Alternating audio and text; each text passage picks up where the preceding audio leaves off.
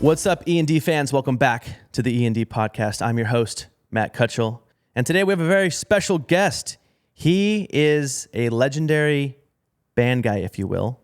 And he's been in a lot of amazing, amazing bands. We got Nick Martin here from Sleeping with Sirens. Give it up, everybody. Thank you. Wow, legendary. That meant a lot to hear that. Thank you. Dude, I mean it because you've been in the scene now for over 20 years. Is that right? Over 20 years. Over 20 years and played in some freaking legendary, iconic bands. Like, that's fucking crazy. I kind of feel like I date myself when I put that in perspective. Like 20 years plus years it's a lot of years. 1999, right? Yeah, it's when I started playing shows in 99. Yeah. That's wild. Damn. Yeah. Well, you know what's funny is, and by the way, listen, none of us like aging. I can't stand being like, I'm nearing 40 years old. I hate saying that. I don't mind it. Really? Yeah. Why is that? Mind it. I think that I've just embraced getting older. Like I'm 40.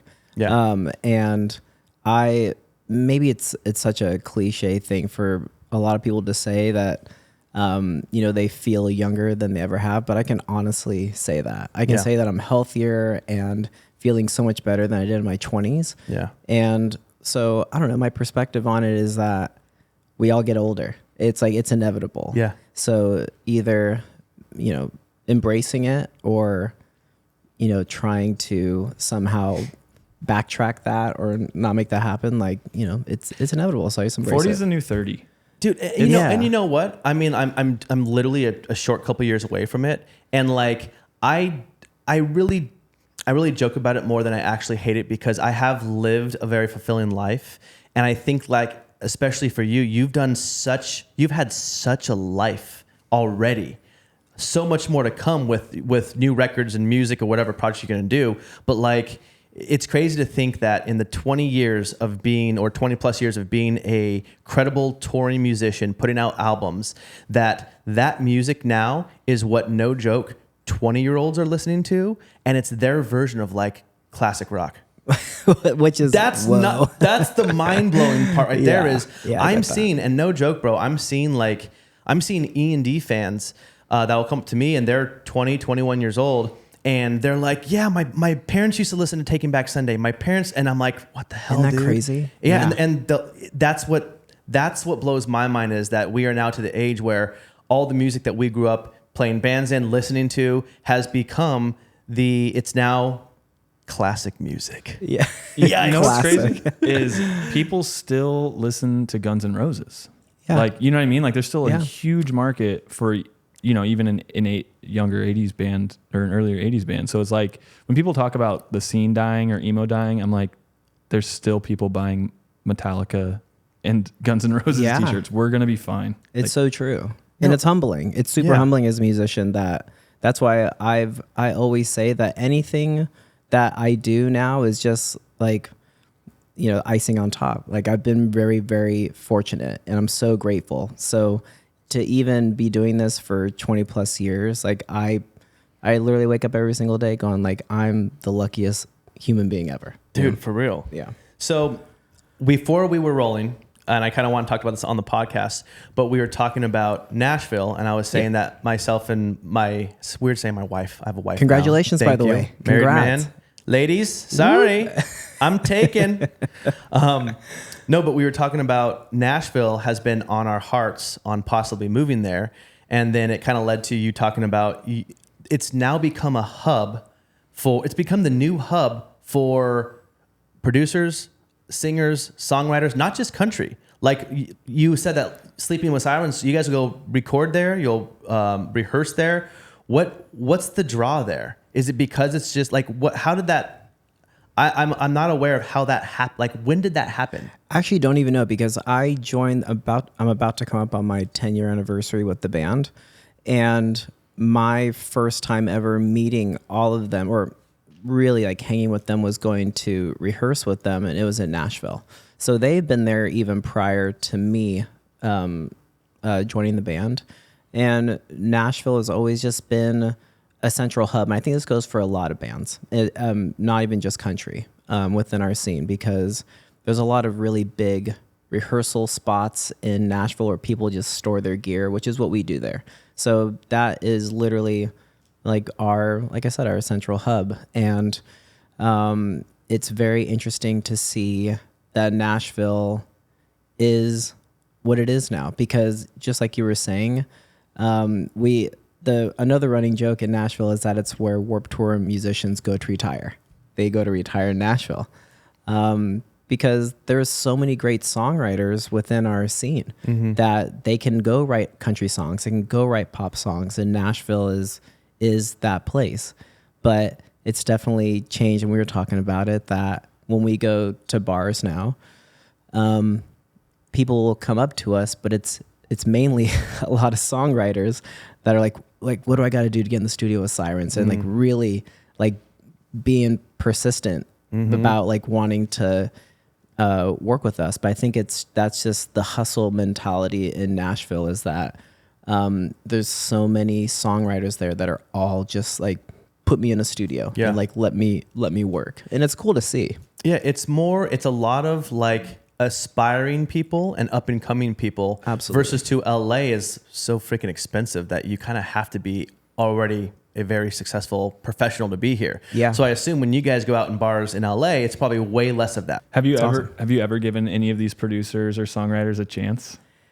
Has anyone ever come up to you and been like, yeah. You know what? We have. So when we did our last record, Complete Collapse, there was it was kind of a buddy of our producer, but he had said, we were at a bar and his buddy was there. His name was Michael Whitworth. And come to find out, he's done a lot of amazing sessions with songwriting. And he was like, let's chop it up. Let's get in the studio. I'll be there tomorrow. And we're like, I mean, if our producer, Andrew Bayless, is down, like, bring him on in. And he literally wrote our first radio single on the record. Oh, sick. I mean, so, and which was Complete Collapse. So it was amazing to see. And this goes to my whole entire career. I've been really fortunate to be in the studio with great producers and great songwriters. And I'm always just learning from everything that's going on. So even now, like being in a studio with him and watching him write and how he comes up with melody, it only just inspires me and makes me want to just be better at what I'm doing, just Sick. Constantly learning from everybody. Sick. So it's worked out. It has worked out. Yeah. Cool. Yeah. And so you grew up in San Diego? Grew up in San Diego. Were you born there? Born and raised. Yeah. So which bands that you grew up with, who got you into the scene? Who got you into this music? And was there a friend that took you to the first concert that blew your mind? Like, what was that? What was your first experience diving into this kind of music? So my first concert that I ever went to, I was in the 8th grade, and I skipped my 8th grade graduation trip to Disneyland to go see No Doubt, Weezer, and the Suicide Machines. And this was when No Doubt came out with Tragic Kingdom. Weezer was touring on the Blue Album. And then there was this band, the Suicide Machines, and they were just this awesome ska punk rock band. Mm-hmm. And that kind of, me and my buddy, that kind of opened the door of what's this other music going on? But I was already into the Clash and the Misfits, and I was already getting into punk rock a lot, loved Green Day. And, found out about Epitaph Records, Fat Wreck, and really got into bands like the Bouncing Souls, Goldfinger, and local bands like Swindle, and then Blink. Mm-hmm. I'm that old that the first time I heard Blink was when they were called Blink. There was no 182 yet. And those bands just made me want to be in a band. Mm-hmm. And then I found out Rancid and started going to all these punk rock shows in San Diego. And that just changed me. It's all I wanted to do every single weekend. My parents would just drop me off at a venue called Soma, but it was in an old location. And I was just that, I'm an introverted person. So I was just that dude that just stood in the back and just soaked everything in and was like, I just want to do this. What do I have to do? That. Yeah. Dude, it's funny because people don't know this, especially when you're on stage doing what you do. When I'm doing what I do in my videos, I'm a very introverted person as well. Yeah. And I can go to dinner and sit by myself and put headphones in and listen to music and enjoy it. I will go to a concert by myself any day. I don't need to chat. No. I'm there for the experience. I want to watch. I want to listen. I don't need, like, you're the only other person I've talked to that would be like, yeah, I'll go to a concert by myself. Like, Yeah. I would 100% do that. Yeah, I go to movies by myself. That's like what I do on tour. I Days draw off, the go line myself. there. Yeah. Well, yeah. I love it. I think that, I mean, I guess like growing up, because I'm an only child, you know, I was a bit of a loner, but I don't want to say that in like a negative, like feel sorry for me way. Like I thrived in that, and, you know, going to punk rock shows, you know, at my high school at the time, there was nobody else that knew about these bands, but that was like the cool thing to me. That felt like, oh, this is like no one else knows about this. And like, this is like punk rock and hardcore is like my thing and no one else knows about it. Mm-hmm. So it was, you know, it was like kind of like living this other life on the weekends that like nobody at my school knew about. And that made punk rock that much cooler and like against the grain, and just opened my mind to so many things. Yeah. So how do you bridge the gap from the punk scene and what your influences were there to then in 99, you start Underminded? Yep. And obviously, I mean, your vocal performance on those first two records, or the only two records. Yeah. And like incredible. One of my big influences. Thanks, dude. Yeah. And so how did you bridge the gap from punk rock into this like way heavier sound so early in that sound scene? Well, I got super into hardcore music. Like a major like influence for me was Minor Threat. And it was just this fast, rebellious, scream your head off type of music. And there was another local band called Swindle, which was a punk rock band, but he like screamed quite a bit too. And then there was this band called The Neighbors, who I loved, and all their songs were less than 15 seconds. And he would just talk shit to the crowd in between each song. And I always just thought it was the most hilarious, funny thing ever. You know, he'd finish a song and then he'd go, I've had more fun at a fucking Yanni concert. And then they would just break into another song. You're like, what is happening? But so when we started, it's interesting because when we started Underminded, we were all into MXPX and Newfound Glory and Saves the Day. But we just kind of gravitated more towards just like heavier music and me just screaming, I guess. And then I got into bands like Poison the Well and Zao and damn, he was in a lot of your favorite bands. Holy shit. Yeah. And just into like Trustkill Records type of stuff. And then just going on like my first tours, and we play with these really heavy bands, and I would just be like, we need to be doing like, this is like something way different than what everyone else is doing right now. Right. And I think that was kind of something with Underminded, and sometimes I wish maybe we would have stuck around a couple more years. I think we were just kind of a little too ahead of the curve, and it's cool now because bands like Under Oath and A Day to Remember and all these bands will be like, dude, Underminded, like that shit, like it influenced us so much. But it was a little too early. Yeah.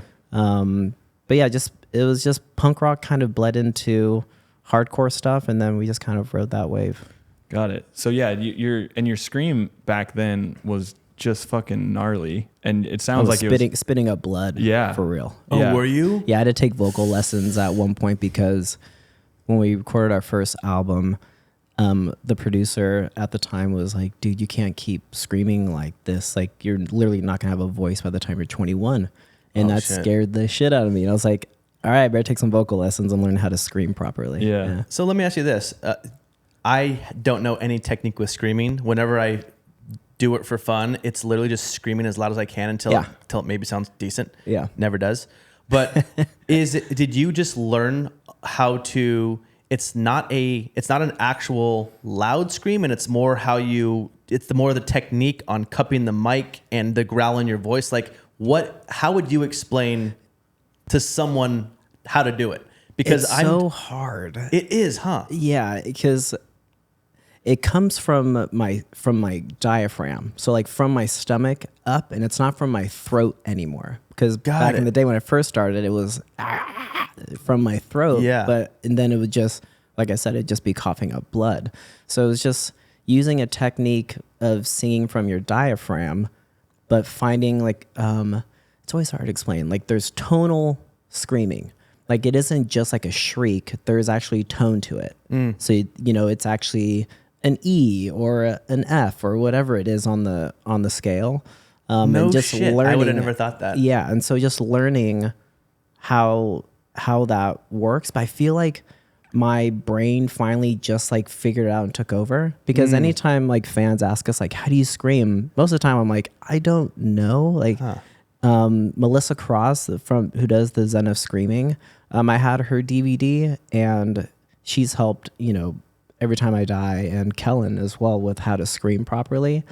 And, you know, even watching those helps so much from screaming from a certain place in your body as opposed from your throat, because it could be terrible. And where did you learn to scream? Like I know for me, it was like in the car, and I could just get as loud as I wanted to and try out all these different noises and techniques. Is that? Yeah, it was car. Yeah, I would just sit in my car and listen to like Thrice records and Poison the Well and just be like, just try to mimic that. Because when you're figuring it out, you almost have to go volume to understand what it's doing and then bring the volume down. Was that your experience as well? Yes, absolutely. That's absolutely it. But yeah, if I ever had to teach someone how to do it, I would fail miserably. It sounds like shit when you're first trying. It does. You're like, what am I doing? Doing? It's bad. It's real bad. What's up, E.N.D lovers? It's your boy Matt here to tell you, if you need a new shirt, support the little guys and buy our merch. This right here is the Mosh Tee. It says Emo's Not Dead in metal text. Pretty sick, huh? Oh, and this one? This is the Inferno Tee. It's a half-dead, scorching hot eagle. Who doesn't love eagles? This is our Sad Kid Society hoodie. We're actually having trouble keeping this one in stock. Check out the back on this bad boy. This is the Mourn Me long sleeve. It's got long sleeves to cover up those hideous tattoos we accidentally get. This sleeve's covering up my ex-girlfriend's name. Check out the back on this bad boy. And for our people who want to keep it a little bit more simple and classic, our E.N.D signature range. Quality fabrics, premium fit. So head to emosnotdead.com, use the discount code podcast, and support the little guy for once. Every drummer that's been an Underminded has gone on to do awesome things. Like Mike Fuentes was our first drummer from Pierce. Pierce is fucking huge. And then our second drummer, Joe Mullen, he plays percussion in Paramore now. And Tanner Wayne, the last drummer we had, he's the drummer in Flames now. Right. So it's really cool to see like people that have come from that band go on to do like great things, you know. It's really, really cool. And to touch on Mike playing drums for you guys. Yep. So you guys used to play together. I understand there was a band practice where you guys would play together. Yeah. So tell me, how did that start? Like, how did you meet up with these guys? Oh man, it's so weird. So the first show Underminded ever played was at, we rented not even a VFW hall. It was like a church hall. Mm-hmm. And we played, and our buddy who was in high school with us had another band. I forgot what they were called, but Mike was the drummer of that band. And when we played the show, we all sucked. But when I watched their band, I was like, that drummer is really, really good. And it was Mike. And I think after our show, I was like, you want to play drums in our band? And he was like, yep. You know, he's like 15 years old, and he was like, just down for whatever. And he was like, we can just jam at my house. So we would just go over to Mike's house, and he literally had the smallest bedroom, but all it was just a bed, a drum kit, and amps. That was all he had in his room, and you just shoulder to shoulder in there, and we would just jam. And so that's how I met Vic, obviously, and we started our bands together in that bedroom. So we would go over and jam for an hour and a half, and then Vic and his band, they would come in, and then they would jam after us, and we just came up together and just like booked shows together. And so Pierce started in 99 too? So they started in like 2000, 2001. Got it. We had started jamming initially at our bass player's house at the time in his basement. And then his parents got super sick of that. And then we started going over to Mike's house. Got it. Wait, Pierce started in 2001? I think it was early. I mean, So the earliest inception of it. I think the first band they were in was called Early Times. Okay, got it. So it was, then it was Early Times. So I wonder when they actually became Pierce the Veil. That was, because it was Early Times first, and then it went to Before Today, and then Before Today turned into Pierce the Veil. Got it. And they had to change their band name from Early Times because it's a whiskey, and they were going to get sued. Oh, so no they had to shit. change their band name Before No Today. shit. Yeah. Dude, I love that you guys have, like, I didn't know that whole story about your history back then with the Pierce the Veil guys, because now when you guys do your song together on stage and fans freak out, not only is it a great song, but your history. Yeah. They're probably like, this, like your true fans that know your history are like, this is so fucking cool to see, like 25 years later. I don't know. That's just, there's something so cool about it. It's really cool. Vic and I, we talk constantly, and we always have moments where we're talking to each other and we say like, dude, you ever think like any of this would have like turned into this when we were jamming in Mike's room? You know what I mean? Like we both have really great like heart to heart talks about like, wow, like we've come a long way. And it's so cool that we get to do shit together. Dude, you know, the synergy is crazy. If you really step back and think of, I mean, even, you coming into Sleeping with Sirens in 2013. Yep. And then King for a Day is just probably not orchestrated by you, but no, that was like before me. Yeah. Or was I? It was before me. But it all comes together when you join the band, and then it suddenly the synergy kind of shows itself. It's wild. Yeah. It's really, really wild. Yeah. Damn. What was the feeling you had when you guys played when we were young? And like, obviously the scene never died, but it was kind of like a little bit of a lull, you know, and there wasn't much attention on it. Seeing that many fans watch you guys on stage freaking out, singing all your songs, was that like a pretty special moment to just kind of be doing it at that scale again? Absolutely, man. Right? I mean, that's like you walk off stage after those shows just going like, what the fuck just happened? You know, in a really just like humbling way. Like you just, when, you know, going back to all of this, like just starting in a bedroom and just playing local shows and never thinking that you would ever be able to legitimately tour. And then suddenly, you know, down the road, being able to do this at that level it's very, very mind blowing. People have such a love and devotion to this music like that. And it's so to have any, you know, inspiration or play a role in anybody's lives in that way is just, that's, man. Yeah. Why did it get buried for so long? Like what happened? Because there was like that decade of like, let's just call it 2000, 2010. That was like the strong decade for the scene. And when Warped Tour was really popping and like, you know, what happened? Why, like what, Did these bands just change their sound to get main? I'm making this up, by the way. Did they change their sound to become mainstream and it didn't work out? My story I was sharing earlier about D.R.U.G.S. and they changed their sound and their fans didn't dig it. But like, what exactly happened? What do you think happened? I don't know. It's a good question. I don't know if it's also just a lot of music coming out, like just it getting kind of watered down maybe by a lot of other artists, and then you introduce social media and now everyone has a band, everyone has a song, and everyone, like, I don't know if it just got too muddy, but I don't even know if that's it. I don't know if you know, I think that music also goes in cycles. So for a while, like emo and rock and all that was really it, and then suddenly it wasn't. EDM was a huge, actually that's so true. Huge. And then like that took over and that became what everyone wanted to support and go see, and it wasn't really bands anymore, and like there's just been a lot of ups and downs with that, but I guess that's just how I find it interesting though goes, right? that alternative music is the only genre that the name changes every 10 years. It does. Classic rock, grunge, you know, and it just it recycles itself in a way, but it gets a new name. Whereas like you go to hip hop, and hip hop has been the same since '87. Yeah, you know. Yeah, you're right. And so I feel like a little bit of it coming back is people getting rid of the stigma of I can't listen to the same music I listened to 20 years ago. Yep. And just this culture shaking that stigma off. I think I'm hoping that this cycle is not a cycle in the same way, but we just kind of go, hey, it's all alt. You know, everything's emo adjacent. It's all alt rock. Yep. Like I don't know. That's kind of my read on this situation. I agree. I think that emo, like just using that term was for a long time very negative. Like bands didn't want to be called that. You're like, oh, no, like we're not an emo band. It's like not cool. Mm-hmm. And now, especially for us, we embrace it. Like, cool. If like that's what you want to label us as, like that's awesome. Like whatever it is that like it. I mean, it's so hard to describe what genre of music you are nowadays anyways, but yeah. I was going to ask you that about the word, because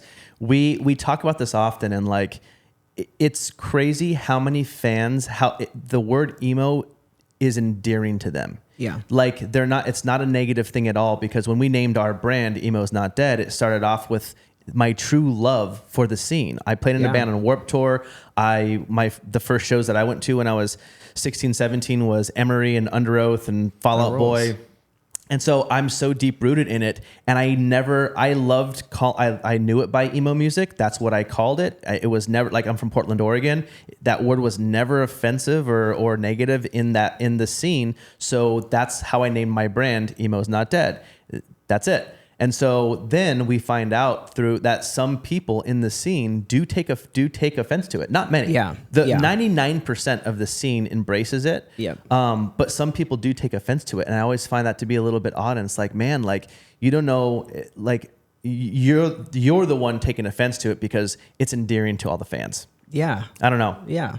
That's how I feel. I mean, every artist is different, right? So if an artist doesn't want to be labeled as that, like it is what it is. But I don't know. I don't find any offensiveness to it, and it's a nostalgic word to me too. So when you bring up emo, I immediately think of MySpace. I think of the swoops. I think of picking your favorite song to put on your MySpace page. And like, but see, all of that, like that's fun. Like that's cool. And like maybe some people are embarrassed by that, but like it's all part of this and how we came up, and like it's okay to embrace that. True. You know, it's funny, it's cool, and you can poke fun at yourself and be like, I'd look interesting back then. But like who cares? Like we all did. So it's true. Fine. Yeah. In general, the emo scene was more of a moment in time. Yeah. And it's not you're an emo band. It's not that. It's emo music because it falls under the umbrella of the time of the emo scene. MySpace. Like, oh man. Thank you for not being offended by that. Yeah. It's all good. We embrace it. Yeah. So bringing it back a little bit to Underminded. Yep. And that house, that room. I'm really curious about that house, the dynamic, the room. What was it? Obviously it was Mike's house and he had the setup. Yeah. But what was his parents' house? Yeah. And we just like raided it. Yeah. So what was the dynamic of that house that led to, I guess, 3 bands, you know, coming in and creating such awesome pieces of work? I think it was a lot of it is like luck with being surrounded by other musicians that wanted it just as bad. Mm-hmm. So from day one, like watching Vic write songs, play guitar, and sing the way he did, I was like, I mean, thinking about it just gives me goosebumps. Like, there was nobody doing what he was doing at that time. You know, when we were in high school and he was doing that, like he was so ahead of the curve, and it made me want to be better. So we are always motivating and inspiring each other, because then, you know, I would watch them rehearse. I would sit in Mike's bedroom on his bed and just like watch them play. And then in between songs, like go, Vic, like what was that chord? Like what were you doing right there? Mm-hmm. And then he would show me, and then same thing with us. So like we would be jamming, I'd be playing something heavy, and Vic would go, what is that? What are you doing right there? So it was always this it was a great synergy of all of us wanting to see each other succeed. Maybe that's a big part of it too. You know, that's why we booked shows together, because I wanted to see them crush too. And same vice versa. Vic was like our number one fan. And we would always, even if we weren't playing their show, we would still go and like help set up and like help break down their shit. Like we were all working together to just have fun and make music. And I think that was like a great environment to be in. And bless his parents. Like they were so cool with us just playing loud fucking music all of the time and being supportive of that and showing up to all the shows. And it just made us all better because we were constantly just motivating each other. And so they were, the parents, the owners of the home were supportive. Super supportive. Yeah. Cool. And then it got super weird because it wasn't until after we started our bands together that we realized that we were cousins. No way. Yeah. What? We're second cousins. Yeah. We share a blood cousin. No way. Yeah. We were, how did the parents not know that? And it didn't click until we brought it up to our parents. We were, the Fuentes would have these epic barbecues, and Vic's dad just would cook up a bunch of carne asada, and we would just eat tacos and grub, and they would invite family over. And one day we were just all hanging, eating tacos, and my aunt walks in. I go, "What are you doing here?" And she looked at me, she goes, "What are you doing here?" And then we always kind of look at each other like, what's happening? And then we realized that that was also Mike and Vic's aunt as well. That's crazy. Yeah. How does that change the dynamic after that? I think it just made it funny. But it also maybe that, looking back on it now, maybe it was just also the universe. You know what I mean? Just like kind of doing its thing. Like you guys, are relatives, you're starting music together. Like maybe there was something there. I don't know what. But it didn't change anything. We were just made us all laugh and just carry on. Do you actually, and we might go deep on this one, do you actually believe in that universe, that omnipresent force bringing people together, bringing things together? I think so, yeah. I'm not a religious person at all, even though I grew up going to private school my whole entire life.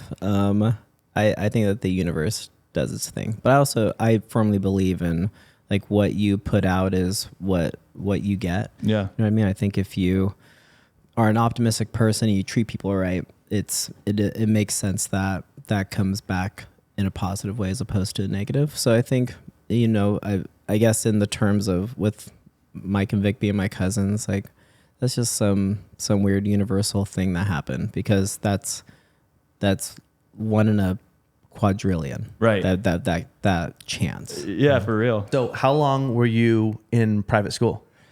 So kindergarten through 8th grade, private school. And then I went to private school my freshman and sophomore year. Did not do well there. And then I went to a public school the last 2 years of high school. Got it. Yeah. When you say you didn't do well there, were you like a badass kid? No, troublemaker. No, I wasn't a troublemaker. I was not a good student. I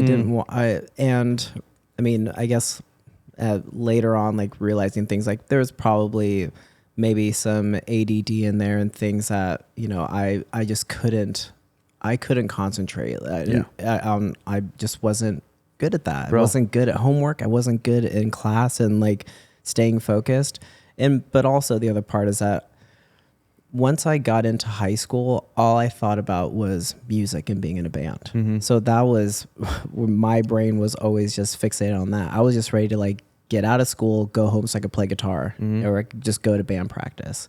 Like, that's all I wanted to do. So, so private school was a little tough, and then it was a shock for me to go to public school, because I went to public school in a not great area of San Diego, which made me like I had not grow up quick, but it was kind of toughen up. You're talking like gangs and violence and a lot of drugs and people bringing guns and knives to school. Like it was a very different experience, which like made me have to grow up a little bit mm-hmm. quicker, but I think actually really helped me a lot though too. Yep. And then that kind of made me focus of like, I need to graduate high school. So fortunately graduated my senior year, and then the next day I went on tour. That's Get crazy. Me out of here. Bro. I was so ready. It's funny because we have a very similar relationship with school.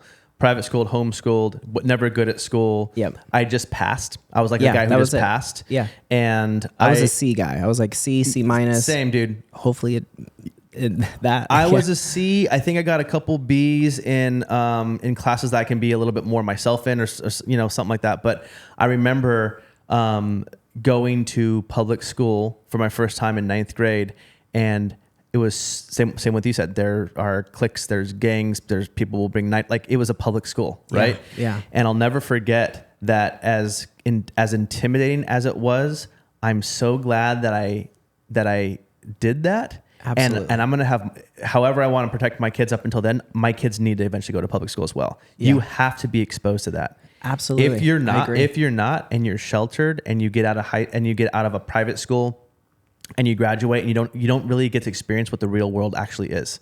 Yeah. So we have a very, very similar experience there. Yeah, very, very true. And I mean, but also private school in high school was eye-opening for me too. Like that was the first time I'm seeing like people do coke and like crushing up Vicodin and snorting it out of Bibles, like in class. Dude. Whoa. And I'm going like, what is happening? This is crazy, you know? And so, and then going to public school where like meth at the time was super popular. So I would just see a lot of people just literally go into the car to smoke meth and come into class. And like, I saw a lot of crazy stuff. Damn. Crazy stuff, like exposed to a whole lot. Yeah. You know, but also like it was important. It's like, important I know to as see. like crazy as that is, and like seeing that shit, Yeah. like it was really important. It was also eye-opening for me, and fortunately seeing all of that, like I didn't want to take that road. I was like, music has to be like it for me. Like I know that was keeping me on the straight and narrow because that's all I wanted to do.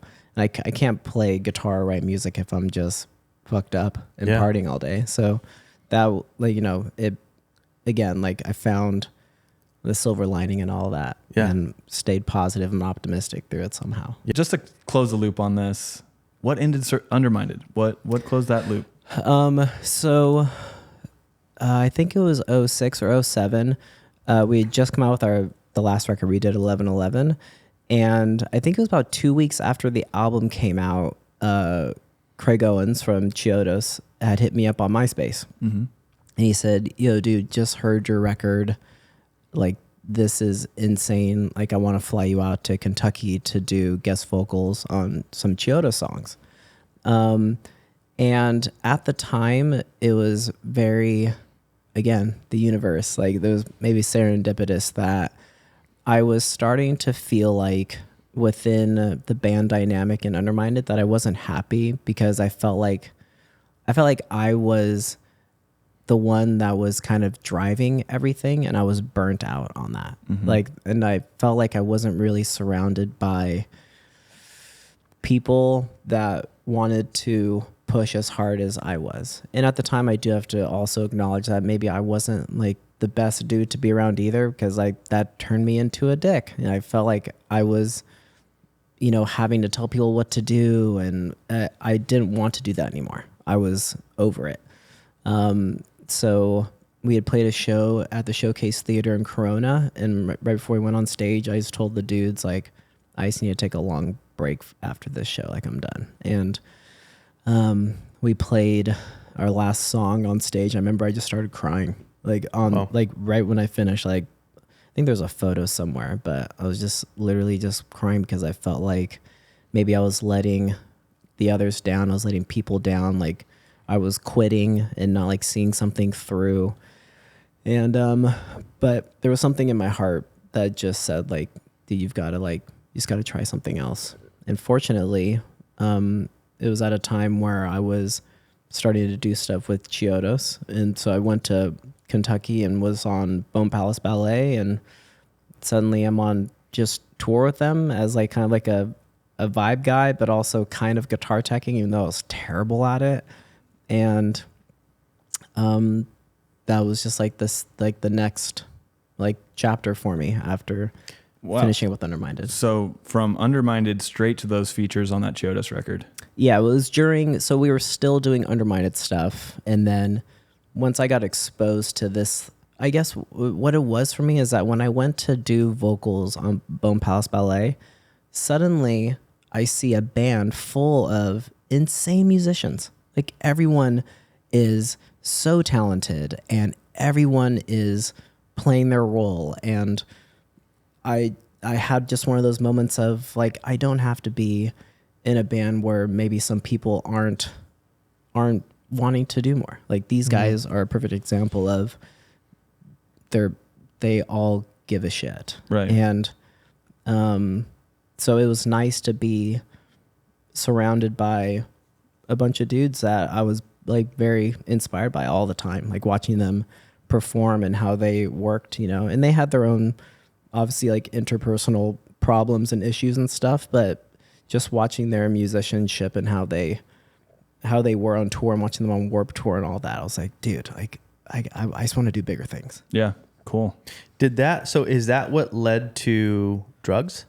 Yeah. So I toured with D.R.U.G.S a bit when they were on the road. I would just, most of the time, just kind of go out with them, and had some like big moments with them. Like that was the first time I'd been on main stage at Warped Tour, like doing vocals with them. So let me ask you this. So when you would tour, when you would tour with D.R.U.G.S, you weren't officially in their band. No. You were touring and hanging. You were friends with Just the a vibe guys, guy. but you would hop up on stage and you would scream some stuff. You would sing some stuff, and you just kind of, okay. That was it. Got it. Yeah. And I think at the time, like Craig and I were becoming very close. So I think he appreciated having someone on tour that he could just like hang with. Mm-hmm. Like I said, within the band, there was a lot of stuff going on. So it was cool just to, that was the first time I was on a tour bus. It's the first time I got to be on main stage at Warped Tour. And it was all really, really cool. And then they did a small little run with Linkin Park at the time. And I got to go to the Forum in LA and do vocals there and just be like, sick. this is so Huge. cool. Like there's those kind of moments where it just motivates the hell out of me where I'm like, I want to do this, you know? And so so I was with D.R.U.G.S, but then we started other projects while he was still in D.R.U.G.S. So that was when Cinematic Sunrise. I would start playing in Cinematic Sunrise. You started playing in, or you guys started that? They had already started it. And then, which actually, weird enough, Vic was in. But then Vic was so busy with his band that I just kind of took over the guitar portion of where he was at, and I started playing Cinematic Sunrise. So we did some touring, and then we started Isles and Glaciers. With Vic this time. And that was you, Vic, and then who else was in that? Johnny Craig. Okay. And then Holy shit. Matt, who played bass in D.R.U.G.S. Brian Southall, who was in the receiving end of Sirens, who's now like he's a big time tour manager. Got it. Still a great friend. Who else was in the band? I'm missing people. Vic, Johnny Craig, Mike was on drums. Mike was on drums. Yeah. Wow. Just a power. I mean, I remember pirating those radio leaks. Damn you. Yeah. Yeah. And I had them on my iPod video for so long. And then like 4 years later, they come out. Yeah. It seemed like forever. That was a weird time. I don't even know what year that was. I think it came out in 2012. Oh, man. We recorded all that in 10 days. We didn't even have all the songs. Like we wrote and did a lot of stuff in the studio. Yeah. But yeah, one day Craig was like, hey, get with Brian Southall, who had never met before. And he was like, let's start a side project and do some songs. I'll get, at the time, Rise Records was going to put it out. And so they sent us to Seattle, and we all got together for 10 days and put together this EP. And it was a very wild 10 days. But again, seeing like how talented people were, it was crazy to be in rooms with those dudes and see how they operate, Dude, it was weird. You said Johnny Craig, and I haven't heard that name in so long. Yeah. And when I was on a Warped Tour. What year did you do Warped Tour? I did Warped Tour in 2009, 10, 11, 12. Okay. And he had a moment before then, but he was still Johnny Craig. Yeah. And I knew of him from before then. And what was his band? Emarosa. He was in Emarosa, that's right. Okay, cool. And I remember like he was such a name back then, and I ended up meeting him on a Warped Tour. And what was your experience like? You know what? He was actually really nice. Oh, cool. He was really nice. But I remember like I had heard, rumors of him not being the best band guy to tour with or best person to play with, and I think drugs got involved. Not the actual drugs got involved. Yeah. And I definitely felt the vibes of him being a bit like dude who loves drugs. Yeah. You know? Yeah. Yeah, I but shot I a was firework at his head once at a show. did you? Yeah. Wow. It was a bottle rocket after On a show. purpose or what? It was on purpose. It was not. Wow, I hope he's in a Did great you have place. some beef? No, he was just talking to a girl that I was there with. Okay, got it. And I'm like, So Gotcha. bottle rocket to the dome. and I turned around. I was such a pussy, dude. I turned around, act like it wasn't me. Oh my god, dude. No, but back to Johnny Craig. So, I mean, where is he? Did he? Interesting enough, I saw him not very long ago. I've seen him post pandemic. We were on tour in Sacramento. This was over a year and a half ago. I can't remember. I mean, that's not long ago at all. No. But I was randomly in a thrift store with a couple of our dudes. And all of a sudden, this dude just taps me on the shoulder. I turn around, it's Johnny. And honestly, he looked great. Yeah. It was awesome, like catching up with him. I think he ended up coming out to the show that night too. Wow. But I'm not sure if he's still Yeah, doing. I've seen some interviews recently. He's kind of making his rounds again. He's kind of, talking about some of the troubles he had towards the end there and just trying to be a better person is what it seems like he's at now, which is cool. I will say, like when we did Isles and Glaciers, I tell the story to a lot of people that ask about it, but we were on such crazy time schedules when we were doing that record. So we were spending literally 18 hours in a studio. And then, like 2 or 3 in the morning would come around and we'd be like, we should get some vocals down. And, we were all partying, drinking, whatever was going on. And Johnny would be, he'd be pretty inebriated. And we'd be like, you think you could do some vocals right now? And he'd be like, let's go, let's do it. And you put him in the vocal booth and he would one take everything. It was incredible. Like I'd never seen somebody with that kind of voice who could just go into a vocal booth and nail whatever we told him to do. It was fun. It was like really phenomenal to watch. I mean, you can't deny his talent. Yeah. You can't, because when I looked up to band guys back then, his vocals were just so good. He's such a beautiful singer. He's got a beautiful voice. Yeah, he does. It's crazy. And he has that hip hop thing, R&B thing to his voice, and he has like soul. Yeah. That's what I always like pulled from like any time that we worked together. I was like, guy, he just has soul. He has soul. Yeah. Hey boys, sorry to interrupt your podcast, but I have some exciting cruise news. The E.N.D. Cruise Year 2 is completely sold out. However, we do have a cruise cabin for 2 that we will be giving away to 1 lucky YouTube subscriber. Just make sure you're subscribed to our channel, like our videos, and let's see you in the comments. We're gonna scroll through the comments and pick one of you guys to give a cruise to. That's all the news I have for today. Have a great show, guys. So yeah, you form D.R.U.G.S. Yep. Give me a little background on how D.R.U.G.S comes about. Rowdy. I was with Craig. This is how I remember it. Is I was with him. We were working on music, maybe I was doing a lot of solo shows with him. Like he would do a lot of acoustic stuff, and it would just be me and him, or me, him, and Brian Southall, who was in Isles. And he just got the call one day that D.R.U.G.S was gonna move on without him, and he just, in that moment, it was a shock to him, but he was like, let's start writing music for another band. I was like, cool, let's start writing music. And man, I don't know how the timeline is. Again, you'd have to like talk to him or maybe someone else from that time, but I'm pretty sure that we essentially started a band with no name, and Pete Wentz was totally interested and on board to help us. So suddenly we had Pete, like within a week or 2 after that announcement of him not being in D.R.U.G.S, and suddenly we were being managed by him and Crush Management. And then shortly after, Warner Brothers gave us a record deal, and we were going to go work with John Feldman. And it was like, we had nothing. We had no music. We had nothing.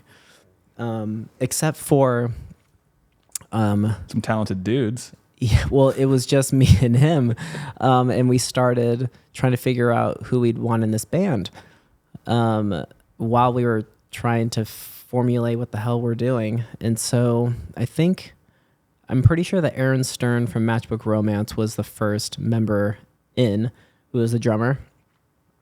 And then we started trying to figure out who else was going to play guitar. And we had met with the guy who was playing in Seosin. And what was it? Bo? No, the other one. The other guy. The I forgot one. his name. Yeah. I forgot his name. But he turned it down. And then we were actually really wanting the guitar player from Laureen Drive at the time. He didn't want to do it. And then we called Matt Good from First to Last. And what's funny is that I toured with Matt Good in 2004 on Warped Tour. And that was the year that From First to Last broke out. Same with Under Oath. That was when Only Chasing Safety came out. And literally, it came out that summer, I think. And within like the first 2 weeks, they had outgrown the stage. And they were like causing so much chaos every day. Because it was just so out of control. Same with From First to Last. That was like the summer that they exploded. And I did not get along with Matt Good. Hated him. Like him and I, he was such a dick. And I was like, as soon as his name came up about maybe coming into drugs, I immediately was like, dude, he sucks. Like, I don't like his attitude. Great guitar player. And then he came and enough time had gone on and we had all both grown up and he was like he became like a brother to me. And so did he ever say sorry? Yeah, he was like, I was a total dick, man. I sucked that summer, blah, blah. Like we just laugh about it now. I mean, the thing is, man, we all grow up. You know what I'm saying? There's like, we were all young. We were all kids back in the scene, like actual kids. We all grow up and we all have that time and they were really young. I mean, and Sonny was in the band at the time and I think he was like 15 or 16 years old. You know what I mean? Like they were just, skyrocketed. He could literally be like our kid. Yeah. Like think about how young, just our kids. Damn, dude. So that's how drugs came to be. You know, like we got in a room with Feldman and then we got Adam Russell from Story of the Year. He played bass and like that was it. Like I look back on that time and everything just was going a million miles an hour. Right. Like everything went so fast. Like suddenly we were putting out a record on Warner Brothers into Cadence and we had Pete involved. And there was a moment that Pete initially was going to play bass in our band because Fall Out Boy at the time was taking a break. And like my brain, like at that time could not wrap my head around what was happening. Like it was this huge thing. It's big. And then like right out the gate, you know, we announced our first shows and we sold them out immediately. And then we headlined, I think our first like main big tour was the AP tour and we headlined that and we're selling out all these shows and like it was just everything took off so fast and everybody hated us. No, I remember those moments because when D.R.U.G.S was announced and it was such a super group, Mm-hmm. any fan of the scene was like, holy shit. Like couldn't wait for it. D.R.U.G.S became in a weird way a bigger name than even the material that was out. Like you said, absolutely. like the name alone was like, I don't care what their songs are going to sound like. Yeah. We just know I'm in. It's all these legends. Yeah, it's funny though because within the scene we weren't well liked. There's a lot of people that were not on board with us. Why is that? I think it was just this. I don't know if it was like maybe some envy from other artists and jealousy, stuff. probably. You know, and a lot of it I laughed about. You know, some of it I've written about as well. But I remember the singer from The Bled, who I love The Bled. Man, I toured with them in 2004 and played other shows when I was in Underminded. So I was a massive Bled fan. And the singer went on Twitter and it was actually really funny. He was like, "What does D.R.U.G.S stand for? Doesn't really understand good songwriting." And I was like, man, I couldn't help but laugh. And damn. I think it was an envy thing. Yeah. I think that you put these legendary band guys together, it becomes successful immediately. You guys didn't have to. We're on the cover of AP. Like everything, everything took off so fast. And then now they're working with John Feldman, and you guys are selling, and Pete Wentz is involved, and now you guys are selling out shows. It's an envy thing. It has to be. Yeah, and honestly, we didn't care. Like we were having so much fun. So it's like, whatever. If people want to hate, it's all good. And from your vantage point at this time, you're 8 years removed. If my timeline is correct, 8 years removed from being the front man. Yeah. Now you've fully transitioned into supporting role. Yeah. How does that feel?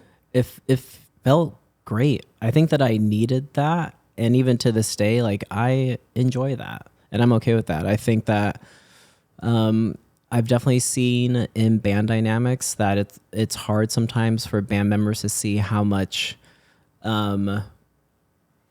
notoriety the singer always gets. Whereas for me, like especially in Sirens, I love building this like foundation for Kellen to just like soar over, and like that feels good because I think it's about a team effort. It doesn't matter who gets the most followers or who people are most like drawn to. Like it's all a group effort, and I appreciated finally kind of taking the back seat because also, like I've kind of been saying before, I was just soaking everything up. Like suddenly I'm working with John Feldman, and so I'm in the studio and I'm with Matt Good, and Brandon Paddock was our engineer at the time, and he's gone on to do insane shit, and I'm just like learning, and like that felt good. I liked not being the smartest person in the room. I liked going into the room knowing I had to just learn and just like soak everything up. And that was always a really great thing about touring with Chiodos and being in all these different projects is I'm just like a sponge and just soaking all of this in. And that's invaluable to me. So there was nothing that hurt my ego with like not being the frontman anymore. Yeah, it was all about it. It was fine. So I have, I toured in a band, as I said, for about 4 years. We played Canada, the UK, Warped Tour. So I've done the whole grind. Yep. And you were in the It Boys? I was in It Boys back in the day. Yeah. Yes. I know the It Boys. Okay. Hell yeah. Yep. Yeah. Oh, no. I know. I can't wait. Yeah. Actually, let's start with this. What do you think about them? I will say. What did you know about? Like, I want to hear your take on it. I mean, is it safe to say you guys it was like a group of like pretty dudes? Yeah. You guys were like good looking dudes. The term is industry plant. I'm stoked to hear this. Keep going. I don't know if I remember necessarily the music. I just remember the band name and knowing that it was a bunch of like really good looking dudes in the group. That much I remember. I do remember you guys being on Warped Tour. Yeah. But I don't know if I ever saw it, but I remember just like It Boys being on Warped Tour. Yeah. That's like my only. Dude, I love that you knew that, and I kind of want to pull it up now because now I want to see. No, what's funny is I started that band with two of the guys who got me into the emo scene in general. They were in a band called Reclaim the Fallen. They were two of my best friends, Judah and Duck Leary. Okay. They, after Reclaim, back in, oh my God, this is probably 2001? Back in the day, in like 2001 or 2002, Duck joined. Oh yeah, you guys are hot. Oh, thanks, dude. Hot boys. Duck joined Drop Dead Gorgeous, and then Judah also joined them and played guitar for them for some tours. So they've always kind of been around the scene and playing. They were hire-ons for like a lot of different bands and whatnot. Yep. They're both great musicians, and so I knew that they got me into the scene that I fell in love with, and they were the guys I want to start a band with. So I reached out to Duck and Judah. I was like, we got to start a band. And we were coming up with different names, and I was like, but you guys got to move to LA because that's where you got to be, right? In my mind, I'm like, we got to be there to meet the right producers and to network and whatever. Yeah. And the name came up because we were like, I want to do something different. I want to do something that's going to be like, what's the name? Like, what is it? Yeah. And I was like, I want to bridge the gap between scene music but feature like big rappers, and I want them to be able to rap and say our name easily. Like, these are the conversations we were having on trying to polish and make a product. Like we were making a product, and Industry then we were like plants. we for real. And then we were like, what about like and we were just coming up with all these names, and somehow I don't even know who threw in It Boys, and then someone said that, and I was like, yeah, what if Kanye goes, and I'm chilling with the It Boys? And I was like, that sounds kind of dope. I was like, let's just do that. And we stuck with it. Honestly, I kind of respect it, like the thought process of like viewing it almost as like a brand and like what rolls off the tongue, and like you were like, I don't know. I think that's great to think about that stuff. I appreciate that. Yeah. And like it was an overall concept of making us a polished band, and we're like, let's be like the edgier Jonas Brothers, where we're playing the song, where we're writing songs that feel like we came from the scene, but they're a little bit more polished and Jonas Brothers-y. So we were we were in our way, like, let's just try something new. That's cool. And it did. I mean, our one song had some success. Our song called Guys Don't Like Me had some success, and we played Warped Tour for a few years. We collected a bit of a fan base, but it was, looking back now, there's so much I would have done differently. Of course. Always so much. Call it It Men, maybe. It Men. Yeah, let's call it It Men. Have you guys ever thought about reunion? You know, it's funny. Well, no, but now that I have the E.N.D. cruise, we've joked about having us play just like a short set on the cruise, just for fun. You should. I mean, yeah, dude, I just saw like over 200,000 monthly listeners. Yeah, it's from Guys Don't Like Me, that song. Oh, dude, that's amazing. Still getting played. Bro, dude, that's a lot of monthly listeners, bro. For that band to not be a band since 2011 or 12, I'm shocked every time I look at it. And my drummer, Duck, would always be like, dude, we're still getting streams. And that song just kind of caught fire and it kept going. That's got to feel good, though. It feels That's good. Awesome. It feels That's good. Really, really cool. It feels good because we did create something that stuck and that it did something, which is really fun.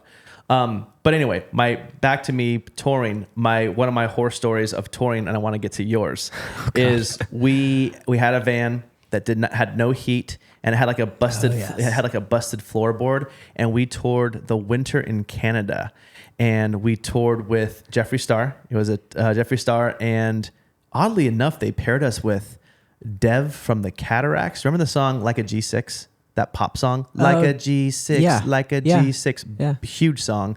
I don't know why, but she kind of branched off and wanted to do her own thing. So they threw her on a tour with It Boys and Jeffree Star. Weird freaking tour. Fun tour. That's a MySpace tour. Bro, Actually, no, that's why. It was a MySpace tour because we were getting some plays on MySpace. Jeffree Star was the king of MySpace. And then her song was a pop culture moment. So they paired us on this tour. But anyway, we toured the dead of winter in a van with no heat and a busted floorboard. And it was legit frozen in our van to where when we would like drive our van, we'd all like put on sleeping bags and zip up in like those -0 type. And still be cold. Yeah. I remember two guys would always sleep in the van if we got a hotel to kind of protect us from getting broken into, the whole thing. Same. And so I'll never forget, I woke up and there was a freaking, I went to grab my bottle of water and I'm shaking and I grab my water and it's just frozen. And I'm like, man, being in a band fucking sucks. But then you play the shows and you're like, this is the best thing in the world. Yeah. And so my question to you is, that was one of my most painful moments being in a band, was actually freezing all the time and constantly being cold, having no money. Like that was it was pretty shitty. What were some of your experiences like that you remembered that you're like, that sucked? I mean, it's just very similar. I mean, in Underminded, we went through so many different vans. Our first van we called Green Lightning. It was this old van that had shag carpet, but nothing. The AC didn't work. The odometer didn't work. The speedometer didn't work. You never knew how fast you were going. You also and the gas gauge didn't work, so you never knew how much gas you had. That's the rough one. Yeah, and we would tour around the States with that. We would have a Ram McNally map because this is before MapQuest and having cell phones. It's just a straight up map. You couldn't print out MapQuest. No, that came into play at some point in Underminded, but then it was terrible. Like printing out MapQuest from venue to venue because it didn't know when roads were shut down, when freeways weren't available to use. Like it was a nightmare. But actually, same thing as Canadian tours. Like we would tour. That was like a place where Underminded did fairly well, was in Canada. And I remember to this day, it's probably the coldest I've ever been was in a little city called Medicine Hat, which is very northern Canada. And I remember just literally you'd walk out of the van and your nose hairs would immediately freeze and you would just go stiff, and you would just seize up because your body does not handle negative. It was like -30, -40 degrees or something. Ooh. And you'd go play a hot, sweaty show and then walk outside and immediately your clothes would just freeze immediately. Ooh.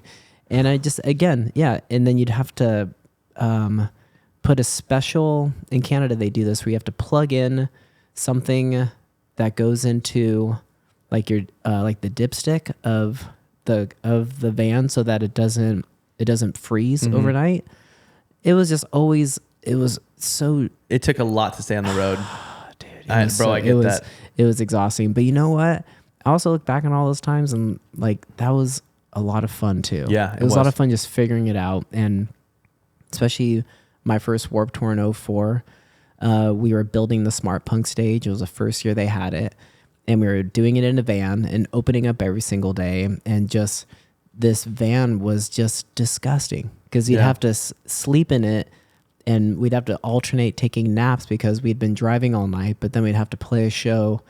And it was so hard. We called it the Lion's Den, where we took out one of the rows in the back. And it was just this, the smelliest, grossest place to ever be in. And you're a pretty clean guy too. I'm a very clean guy. I can tell. Yeah. Same. It was when I had to get used to it. Yeah. It was rough for me to not shower, Yeah. play a sweaty show, and just like do like a little wipe up if I could with like whatever wipes I would use. And then our van would stink. Not every single guy was like the cleanest. Some guys just didn't care. My bros who are used to touring, and it was rough. And I don't think a lot of people realize how it's rough being in an up and coming band. It's really and freaking and you're sharing a space with a lot, like literally inches with everybody. I remember one tour we had an old buddy of mine, I won't name his name, but he was driving us and he was kind of a unhealthy dude. He was a guy that would put extra mayo on everything and then dip everything that he had in more mayo. Just really gross. Yeah. He was always secreting very gross things. Okay, yeah. And he, I remember he had really big plugs and he wouldn't shower. He wouldn't take care of himself. And I remember one day we were in the van and he was driving and I was sitting in the very back of the van and we had the windows down. It was a warm day.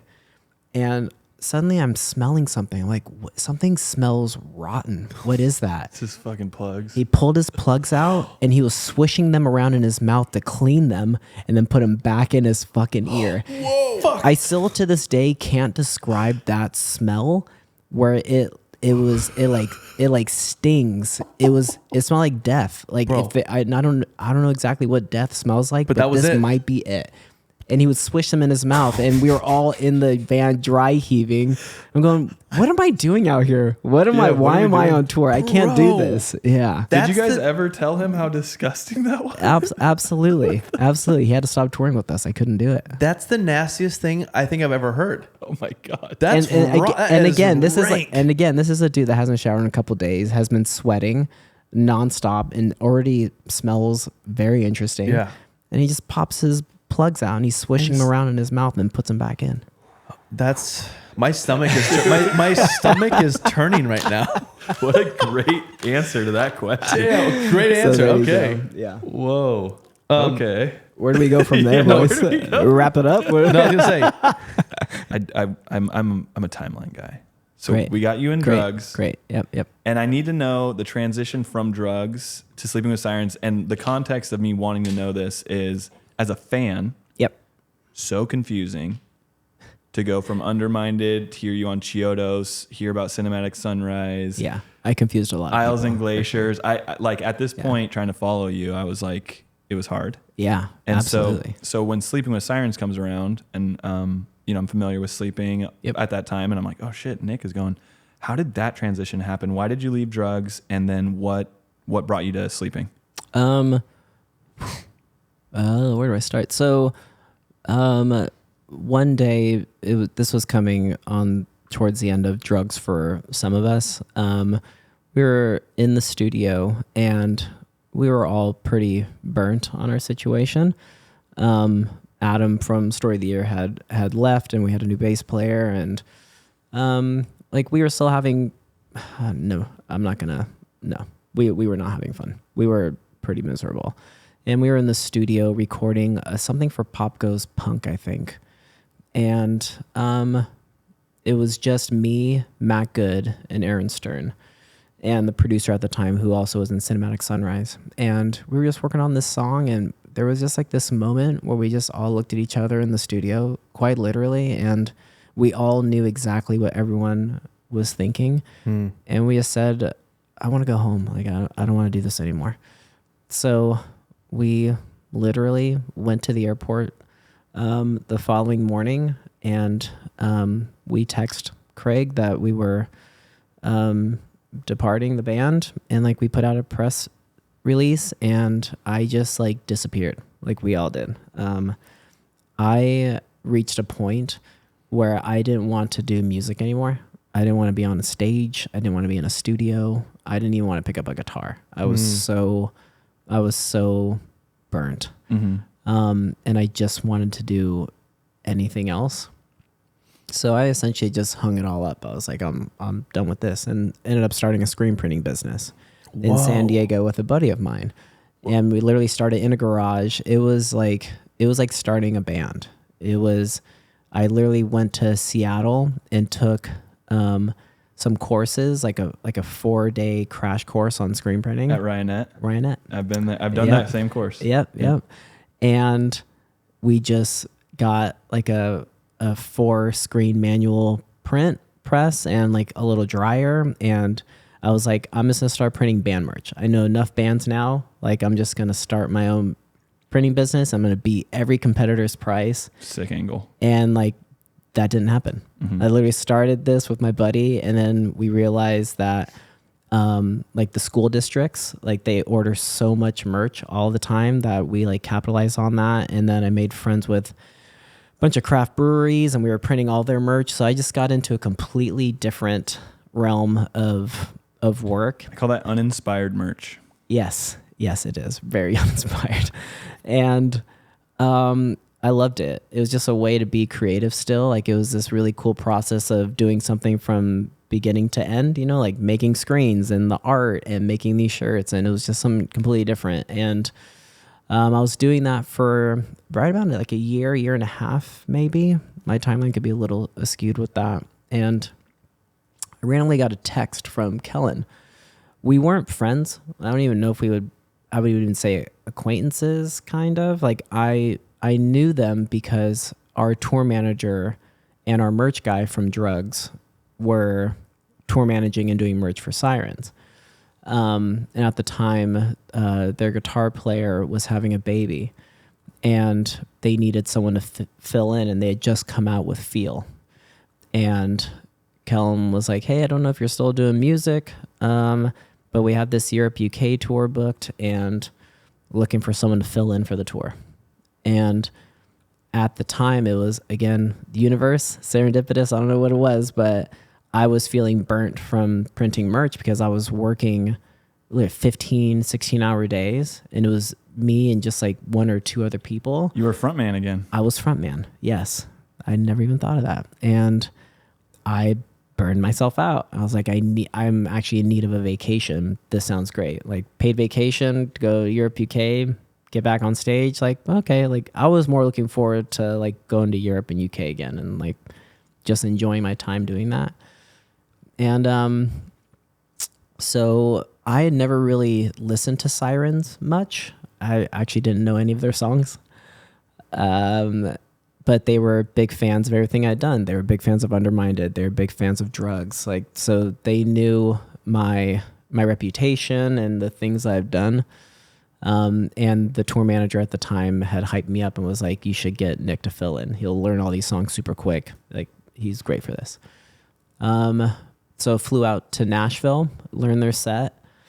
And I still, to this day, I credit Kellen so much that, like, literally, I think the first song we played was If You Can't Hang. And I remember after we finished the song, everyone like looked at me and they were like, this dude's got it. Like, the song hasn't sounded that tight in a couple of years. And, but it was also a moment where I was like, wow, I really miss this. I was like, my fire was reignited that moment. I was like, wow, I miss playing music. Like, I miss playing guitar. I miss being in a band. And it clicked for us. And we went on that tour. I remember that first show, I think we were in Germany somewhere maybe. And I guess I also didn't realize how popular Sirens was. So we're on this tour, and there's these huge shows, like a couple thousand people every night. Like, man, you guys are doing great things here. And I just started playing with them, and like I think it was a week into tour. They're like, "Hey, dude, can you come to the back lounge of the bus? We just need to talk to you." And I immediately thought, I was like, they're gonna send me home, or maybe they're not stoked on everything. Like, this is not good. And they're like, "So, do you want to come on the U.S. tour after this?" I was like, "Yeah, that sounds great." And I just started touring with them nonstop from there. And then the merch business kind of, I left that because Sirens was now taking up my time, and that's like where I was feeling passionate. And I also wasn't stoked on some people that were at the merch spot, so it worked out. I've just been with them ever since. So what was it about the music industry that you got burnt out on with drugs? Was it ego? Is it one of those things, or is it just the playing? Is it the schedule? No, it wasn't really that. It wasn't the regimen. I firmly believe, and this was something that was important for me going into Sirens, that I had to really like have conviction about, was if there's one person that I can't like be around, someone that's like affecting my everyday mood and, you know, what I love to do, if someone's like trying to chip away at that and take that away from me, I just won't do it. And that was kind of what was happening in my previous situation. It's just there were certain individuals that I was around that weren't positive influences for me, and I had reached like my unhealthiest I had ever reached in my life. You know, I was obese, and I was partying a lot and just treating my body like crap. And it was just because I was depressed. I just wasn't happy because of the kind of people I was surrounded by or the situation I was in. So that was just a promise that I made to myself if I was going to do this again. And fortunately, you know, again, I was surrounded by people that were just as motivated and driven as I was, and that was it. That made a world of difference for me joining Sirens. Got it. Okay, that makes sense. Damn. That's it. And I mean, to start so many bands, yeah, and like because each band is a brand, you know, and each record that you're writing and you're recording, you know, it's got to feel like you're just starting over and over again. Yeah. Is that what it felt like to you? It kind of, yeah. It was just, and then I don't know. I think there was a lot of feelings of feeling like maybe I wasn't good enough to do this anymore. And I was starting to feel that when I was in drugs, like some imposter syndrome. Absolutely. And I still suffer from imposter syndrome all the time. Yeah, I shouldn't be here. No way. Yeah, like my wife all the time is like, you gotta like, you should be proud of like what you've done. And like I am, but I guess sometimes I still, it's hard for me to believe sometimes, you know, and like, and cause I'm always saying like, I'm just like this dude. And like, I'm this 40-year-old dude who's been doing this forever. And like, but it's like, it's cool. And like, I have to like pat myself on the back, and hey, therapy's been great too. Yeah, which has really that'll helped help. me like, okay. Different perspective on it, you know. I was gonna say, when you start to get down on yourself, you have to just get on stage and look at the people singing your songs, and like, and then you're like, maybe I'm all right. Yeah, you know? you're like, okay, this is okay. I think we are our own worst critics, right? Like we're always going to be the hardest on ourselves and anybody else. Yeah. We're also going to get sick of it the fastest. Absolutely. Like Same thing. Yeah. We're going to be the first ones to be like, I'm so bored of it. And everyone else is just eating it up. Yeah. And it's like that with writing a song. There's just a point where if you listen to something long enough, like we're in the studio and we're listening to the same riff over and over, or the same chorus over and over, there's just a point where you burn yourself out and you're like, is this even good anymore? Like, do we suck? Like, this sucks. Dude, you know? the thing is, man, it's the way of art. It will always be like that. Yeah. There will be years that are your greatest years of writing or performing or acting or whatever. And then there will be just a couple of years where you're like, I'm just not feeling it. It just, it comes and goes in waves. Yeah. So I guess on that note, like what's next for you? What's your dream? What's like, what else do you want to be doing? I feel like we get asked this a lot at our meet and greets, and our fans are like, so like, what's next? Like, what haven't you done or something? And I actually don't don't really know. I feel like I've accomplished a lot, and it's kind of like what I said early on in this podcast was everything at this point is just like icing on the cake. Yeah. You know what I mean? Like we still get to tour. We're still able to put out new music, and like that's awesome. Obviously there's like those dreams of playing somewhere, whether it's like, Yeah, where is it? like I've never done Madison Square Garden. I've never done like Wembley, like things like that. I guess we're like, but I also don't want to put like so much weight on those things, because if they don't happen, that's okay too. Yeah. Like I'm still so stoked every single day. Yeah, like so I don't know. It's obviously okay and great to want to dream about that. It's okay to want to be there, but like it's crazy because for someone like me, I can sit back and be like, damn, I want to play 2,000, 3,000 people, and that's what you guys are doing. Do you know what I'm saying? Yeah. So like, and I never thought I would ever do that. Yeah. So like now that it happens, like I'm, I celebrate that shit all the time. I don't take it for granted because it's not easy to do. And I think of when I started off in a van and we were playing literally to nobody all the time. We would show up to venues on tour and there'd be nobody there. Yeah. And the promoter would just say, you guys can play if you want, but there's nobody. You know, like that's where I started. I will never forget the shows where we played in front of the bartender, the manager who was there that night, and our merch guy. Yeah. Yeah, and that's it. And that's it. Yeah. And what's crazy is one thing I told my band is like our whole goal was, I was like, we want to give an arena feeling performance. We had like a really cool light show. No matter how small the stage is, we were like lights, fog, like make it epic. Yeah. And I will never forget telling my guys, I was like, you guys, it doesn't matter if there's one person there. Give them the best show you've ever given. Yes. And we played this one show, and there were probably 4 kids came to the show. We were it was the Jeffree Star. I think it was the Jeffree Star tour. No, sorry, shit. Our first tour was holy shit, was Broken Side.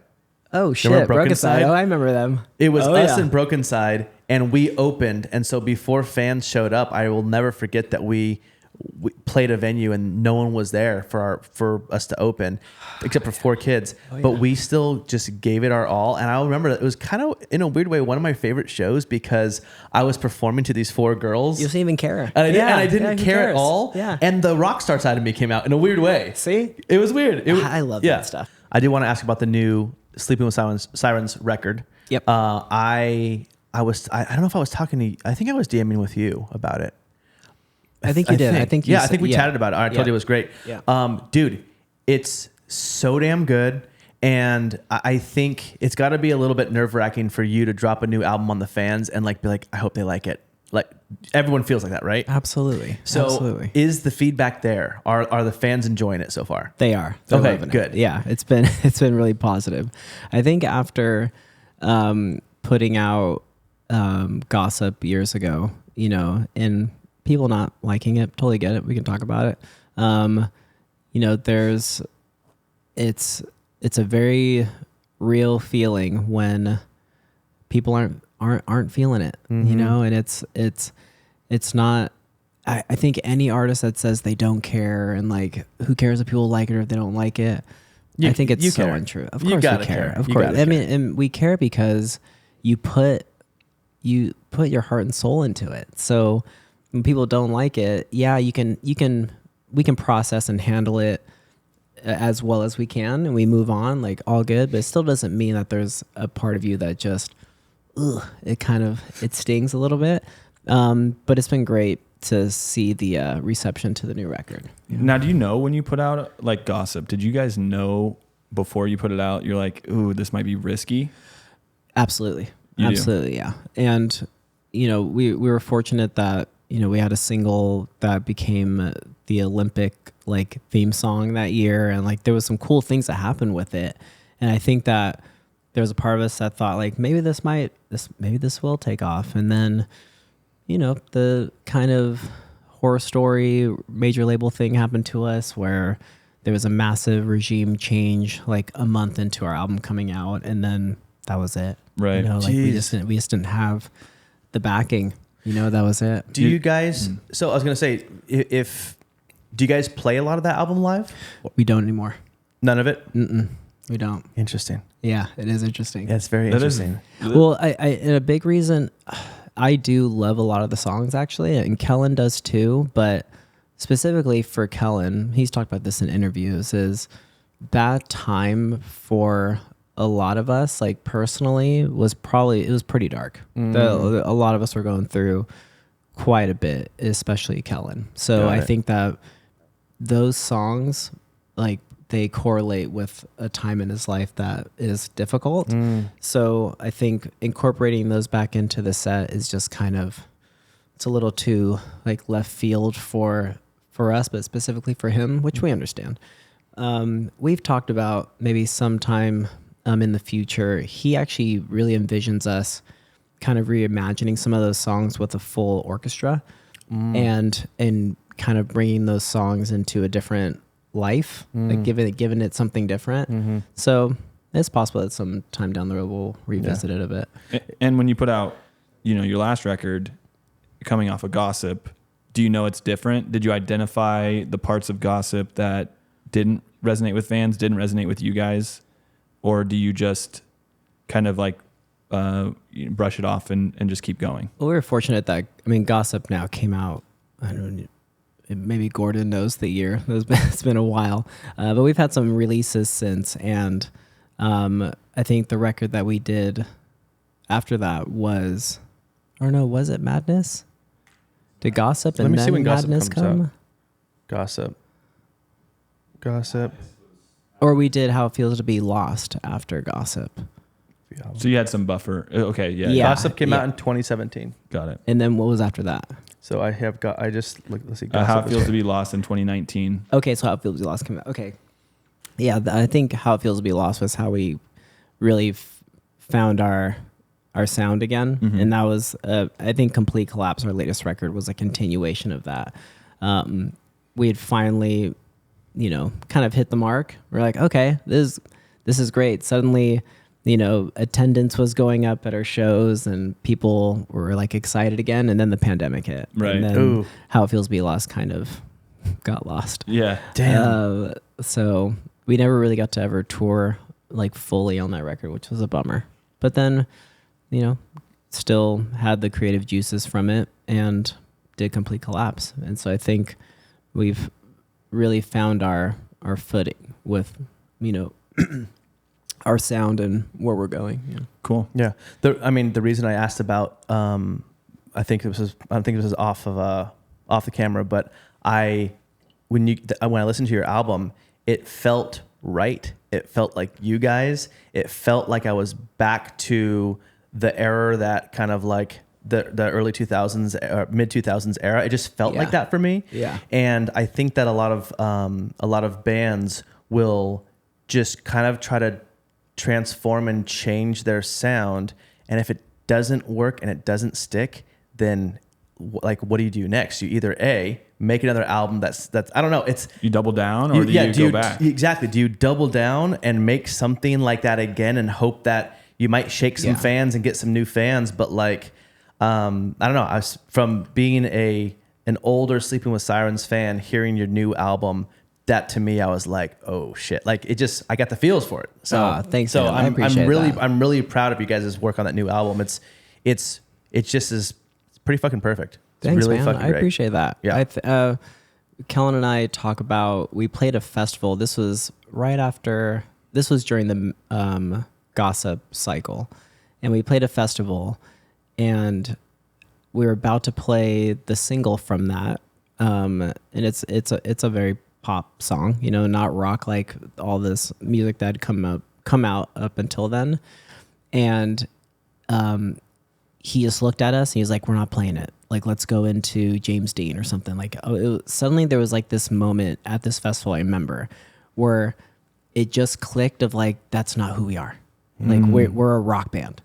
And then we just played like old bangers for the rest of the set, and the crowd went crazy. But more so, like, we were just having so much fun on stage, and we're like, as soon as we got off, we all looked at each other, and Kellen was like, dude, we are a rock band. Like that's our roots. Like we can't be be straying from that. Like it just doesn't feel right. And it's like from there on out, like we barely played any gossip stuff after that because it was just a moment like where we all just like knew it, we felt it, and it was like this is what we are, and this is what we're not. I love that. Set list changed in the middle of a set.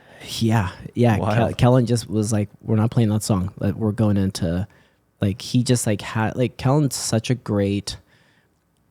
He knows how to read a room, but he also knows like what he wants and what he doesn't want. Right. And he's so strong in that, and he can foresee so many things. And I give him the props that he has that intuition. It's pretty phenomenal to see how his brain operates. Yeah, so he just felt it in that moment. It's like shift. Yep. He's like that, that's not right. And then that just changed the trajectory of like what we were doing. That was it. And in that moment, we came off stage and like we just knew what we were and what we weren't. Like, so on Complete Collapse, you have a song called Crosses with Spencer. Yep. How did that feature come about? Did you write the song knowing it would be Spencer? Did you get Spencer to hop on afterwards, or? It was after. It's interesting because this plays into. It's been taking me a while. Obviously, I've been in the band for 10 years now. But from the D.R.U.G.S era, one of the things that was really difficult for me was being in a studio, but specifically writing. Imposter syndrome. Like I felt like I didn't like have that anymore. Like I wasn't good enough. And I had helped co-write some things for all the other records that I've been on with Sirens since I've been with the group. But with Crosses, it was during the pandemic, and Zach Cervini, who is now doing Bring Me the Horizon, and he's a phenomenal producer. He was my neighbor at the time, and he texted me one morning. He was like, "Hey, my session bailed today. Do you want to come in the studio and just like work on Sirens, or maybe it's not Sirens, like just come in, like we'll just bring your guitar and like let's just see if anything happens." And this, I guess this is again like a universe thing, but I went in the studio and he just gave me a BPM, just set a click. He was like, "Just play the first thing that comes to your head." Oh my God. And I wrote the riff of Crosses right there. No shit. Yeah. And so he was like, "That's sick. Let's build on that." And he's phenomenal. He works so fast. And suddenly I wrote the verse, and then I wrote the chorus, and all of a sudden, a few hours later, we've got the skeletons for this song. And I had this really like proud moment. I was like, damn, like I still got it. It was like that moment. Yeah. And I did not know that Kellen was flying in that night to LA to perform with MGK, or to start rehearsals, because he was doing Ellen. And I was like, "Well, do you think you can come in the studio tonight and hear the song and see if you vibe with it?" And he was like, "Yeah, I'll figure it out." And so he came in the studio that night, vibed with it, wrote all of the lyrics, did everything that night, and like in one day we wrote Crosses. Damn.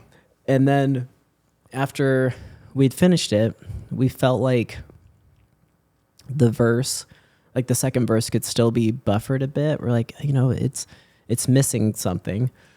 And Kellen was like, "Let's get someone else. Like maybe we can get a cool feature for this." And Kellen typically doesn't throw that out. He typically is kind of like, he loves what he writes, and he doesn't necessarily want others to have that. Like especially when it comes from his heart and it's something that he's so passionate about. I think it's hard for him to kind of relinquish something to someone else to do. That makes sense. Yeah. But the first person that popped in my head was like, we got to get Spencer from Under Oath. And we're all longtime friends. I've been homies with Under Oath since 2004. And we had always kind of talked like, it'd be cool to do something at some point, but if the stars align, and we just took a shot and sent it to Spencer. And Spencer told us that when he got the demo, he said he heard the main riff, the first like 10 seconds of the song, and he was like, that was it. I didn't even have to hear the verses or what Kellen was singing. I want to be on it. Sick. Cool. And so we got him to do it. He was the last feature on the album, and then he came in and did the music video with us, and just great hangs. It was so cool to just, I think it was Justin, our bass player, who was having like a fanboy moment when we were recording the video, because suddenly, you know, Spencer gets changed into his show outfit. So he's got like the dirty chucks on, and he's got his special tape wrapped around his mic, and he's doing his shit. And Justin's like, oh shit, like Spencer is here. You know, we're all massive fans. So it was, you know, we still have those moments of like, dude, this is crazy. We've got Spencer from Under Oath. Yeah, dude. You know, it's cool. Yeah. It's crazy because people like Spencer, and I've built a friendship with him too. Yeah. I don't think he realizes how cool he is. Yeah, he's the coolest dude. Because he's so humble and so quiet. And he's so sweet. He's so humble, and it's like, and he's just a rock star on stage. Yeah. And from such an iconic band that it's so wild. Like, so I did a song with him too, called Tommy's Face, and when he came to shoot the video, I just couldn't believe he was there. Right? You had a moment, right? I had a moment, and I was like, I can't believe Spencer. Like, I was doing my scenes, and I was rushing back to the dressing room to change, and he was already there. And I went and said hi really quick, and like walked away to finish my scene, and I was like, that's Spencer from Under Oath. I was like, he's right there. Yeah. And he's about to do my video. Yeah. It was pretty freaking crazy. But isn't it still cool to have those feelings? It is cool. And you know, and we're very open when he was there. We're like, dude, we're all fanboying, man. Like, it's so cool that you're here. And he's so cool about it. But I think it's still so rad to have those feelings on any level, as an artist, as a fan, whatever it is. So, you know, it's we don't take it with a grain of salt. We're not like, okay, cool, Spence, like, do your thing. We're like, yo, like, this is like royalty. Yeah. Here, you know? I trust myself around everyone. Yeah. I don't think I trust myself around Spencer. Like, I just think that I would say some just stupid like too shit. much. Yeah. I would like, He honestly wouldn't care. He's like the coolest. He wouldn't care He's at the all. coolest guy. He was the ever. only dude from Under Oath that I didn't like approach on the cruise. You were like too Tim, nervous? Chris, Aaron. I was like, "What's up, guys?" But Spencer, I was like, "Oh, just give him his space." I'll let him. I'll give him his funny. space. Oh my god. Well, next time we do something with Under Oath, you got to just go up there. Yeah. Talk to him. Yeah, He's you great. have to. Speaking on cruises, Yeah. I mean, when are we gonna get an answer from you guys? You know what's really funny? This is a good thing to do right here. When you guys announced the first cruise last year, I remember I think I left a comment on Instagram or sent a message. Yes. And it was like the week you guys, or days before you were leaving for the cruise. And I was like, wait, you guys are leaving out of Southern California? Like, wait, is there any more spots? Can I get on, like, can I bring my wife? And obviously it was way too late in the game to be asking for shit like that. And you guys like, oh, I'm so sorry. Like maybe we'll figure something out for next year. But like, yeah, We did. We would, yeah. You guys would jump on? Please. Okay.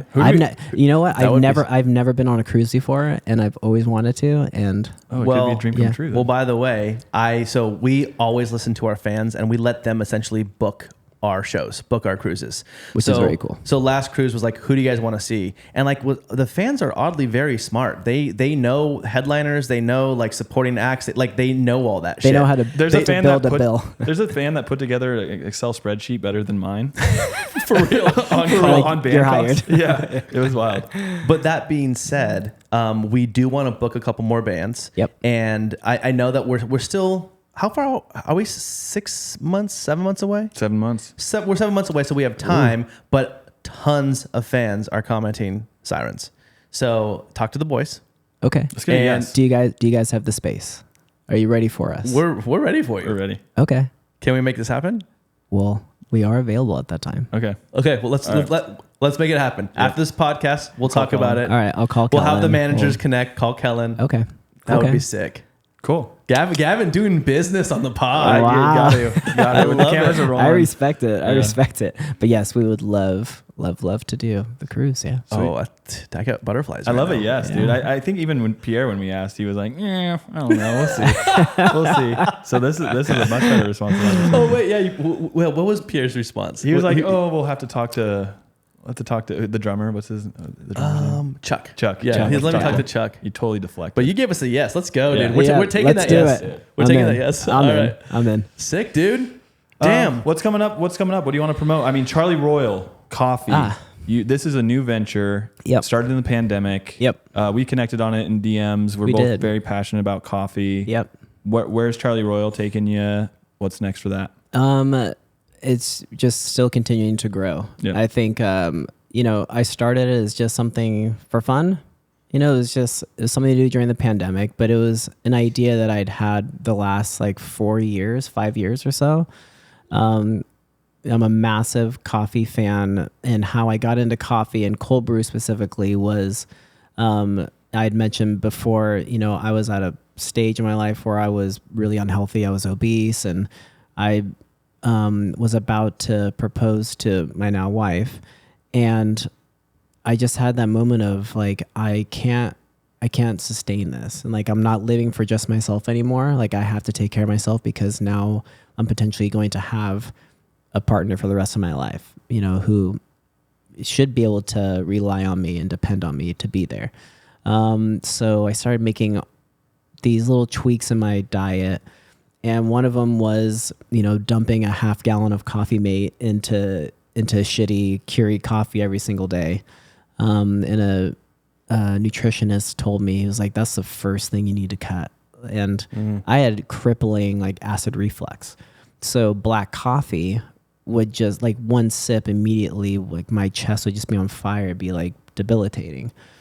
And I just started hearing about cold brew. It wasn't a thing yet. It wasn't at Starbucks yet. I don't think. It was just a very new thing that people were starting to figure out. And living in San Diego, there's a lot of great artisan coffee shops. So I went to a shop called D.R.U.G.S and tried their cold brew, and immediately was like, this is the most delicious coffee ever. I didn't know coffee could taste like this. And I started losing a ton of weight, obviously other tweaks in my diet, but just drinking really delicious black cold brew. And then I realized I can't spend $5 a day on coffee. I got to figure out how to make this at home. So I just got super hooked on every gadget and gizmo to make cold brew and what was the best method, and just geeked out on it. Fell in love with the process of grinding my own beans, finding the right beans, all of this stuff. And I started going on tour, and I was thinking I think I can just make this on the bus. Again, I don't want to spend $5, $10, $15 a day buying multiple cold brews. Let me try to figure it out on my own. So I started making it on tour. I'd go to different local coffee shops every day, find really good beans, and make cold brew. And then suddenly everyone on the bus starts asking me hey, do you have any more cold brew? Did you make cold brew today? And I started tweeting about it a bit too, just enjoying cold brew. And then suddenly fans were like, can we try the cold brew you're making, Alvon? And I was like, there's something here. Interesting. And so I figured out all the methods that are just way too difficult. And I was like, what's the easiest way to do this? And contacted the manufacturer for those specific filters used for cold brew. And then I got in really good with roasters in San Diego, and I was like, I think I can just do this on my own. So I just started having my own personal roast made. So I'd do all these cupping sessions to figure out what I like the most, and then started making it on tour and literally making it for fans to try. And then they would quite literally say why don't you sell this? I'm like, maybe that's the next step. Interesting. So so then I started Charlie Royal, and just been like I said, the pandemic gave me time to do it, and my wife really pushed me because, again, imposter syndrome. There's no way I can launch a coffee business. I don't know what I'm doing, and that's all I did for days on end, was just studying how to do this the right way, and how to find packaging and branding and doing all that, and just loved it. So it's just really good. The cold brew is good. Thanks, The dude. I cold brew's appreciate good. it. I gotta try it. Yeah. Send I some. should Send have some my brought way. some. I should have brought some. I'll send you, or he can. Yeah. But Send me some. Yeah, the cold brew packs are great. We ordered those for the shop for. I mean, when we were developing our coffee, I had your cold, and I was like, I want to do a cold brew pack so bad, but I think our market is a little bit more coffee bean gifty for sure. But man, your cold brew was good. I appreciate it, by the way. Like, you're one of the first supporters, and I appreciate Love that. And so tell people where they can find it. I don't. CharlieRoyal.com. CharlieRoyal.com. You can order from there, or you can find it on Amazon. There's Amazon Prime for it. Oh, it's on Amazon too. Oh, sick. Yep. And we're just trying to grow it day by day. You know, I think we've got, big ideas for what we'd like to do in the future. And fortunately, I have incredible business partners. One who owns a brewery and a canning and bottling. So you're not the front man of this one. You're not the front man on this one. I'm kind of the front man, but I've amazing support, like people that just know what they're doing. So it's been a lot of fun. It's cool to see something that came from like wanting to get healthy. Yep. And just like being able to share that with others. And I think that's just the fun part of coffee. It's just like with music, like creating something and giving it to the world. There's a same thing with this. There's a really good feeling when someone's like, I fucking love your coffee. And you were the cupping and slurping and trying everyone else's coffee. And so there is a really good feedback loop on coffee specifically. Absolutely. And it was cool during the pandemic because I wanted other people to try it, all the different tests I was doing, but it was just my wife. And at the time, my neighbor was Austin from Water Parks. Mm-hmm. And so I would make him all these batches, and then I would sanitize everything that I made for him, and I would leave it on his doorstep. And then he would text me and give me full-blown notes and reviews on everything. So he was like my taste tester for the whole entire thing. Oh, that's sick. That was really cool. That's amazing. We'll put a link in the description for Charlie Royal. I appreciate that. Anything else you want to plug? Shows? We're going on tour with D.R.U.G.S at the end of August. God. I can't wait. Oh my God. And we're playing Is for Lovers in Orange County with Alkaline Trio, Thrice, Hawthorne Heights. I think Emery's on it. I love what they're doing with that festival. Yeah, they're crushing it. Really cool. They're crushing it. It's very cool. And for me, I just had such a fanboy moment seeing the ad mat, the lineup, and it just says Alkaline Trio, Thrice, Sleeping with Sirens. So that's sick. Again one of those, like, when I was a kid, there's no way you could have convinced me that I would ever be playing shows with these bands with that your favorite shaped bands. me. Dude, I feel that, man. That's awesome. So doing a tour with D.R.U.G.S, which obviously it's like bucket list for all of us, especially for Kellen. Like, Kellen is such a massive used fan. So to be able to do a tour with them is going to be pretty awesome. And then we have some ideas for next year, but I can't disclose at the moment. But I will say, what can I get away with saying? It is going to be some of the craziest touring this band has ever done. I can't wait for people to be a part of it. Oh my God. You guys are going to Antarctica? That would be so sick. I'm going to talk to somebody. Damn. And and hopefully play on a cruise. Oh yeah. We got to get you on. You You said yes. You said yes. I said yes. So I guess So that's tell it. everybody else that we're doing it. Yep. I'll group FaceTime everybody after this and say we're playing a cruise, man. Let's do it. Let's do it. Yeah. Well, dude, thank you so much for being on our show. You're so nice, dude. Thanks, man. You guys are some of the kindest dudes ever. Dude. So thank you. Yeah. Thanks for being awesome. Thanks for being here. Thanks for all the music. Thanks for all the amazing music, My God. and you've played in so many amazing bands that we both grew up listening to and love so much. And you guys, make sure to support his coffee. We will link it in the description, and also go see Sleeping with Sirens on tour. I'm going to be at a few of these shows. I would be at every show if I can. You want to come on tour with us? I want to. Yes, I do. Okay, great. Yes. You've got a bunch. So you guys heard first. I'll be on tour with Sleeping with Sirens. No, but dude, I look forward to seeing you at your next show that I can be at. And ladies and gentlemen, Nick Martin, give it up. Thank you guys.